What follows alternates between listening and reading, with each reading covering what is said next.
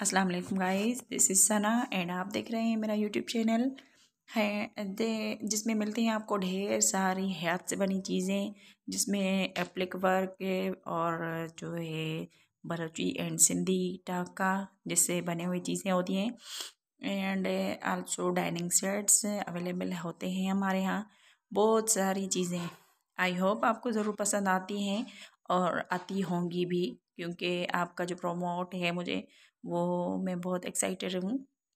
आपको थैंक्स बोलने के लिए भी बहुत बहुत आपका बहुत बहुत शुक्रिया, क्योंकि मेरे आजकल जो सब्सक्राइबर हैं वो बढ़ रहे हैं अल्हम्दुलिल्लाह।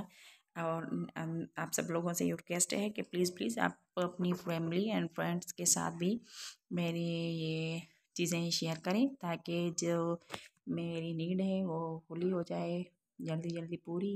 मैं आप लोगों की बहुत बहुत मशहूर रहूँगी। देखिए सिंधी गैजेट्स तो कहना भूल ही गई। अल्हम्दुलिल्लाह ये आ गया न्यू स्टॉक। तो मिलते हैं नेक्स्ट वीडियो में, तब तक के लिए अल्लाह हाफ़िज़।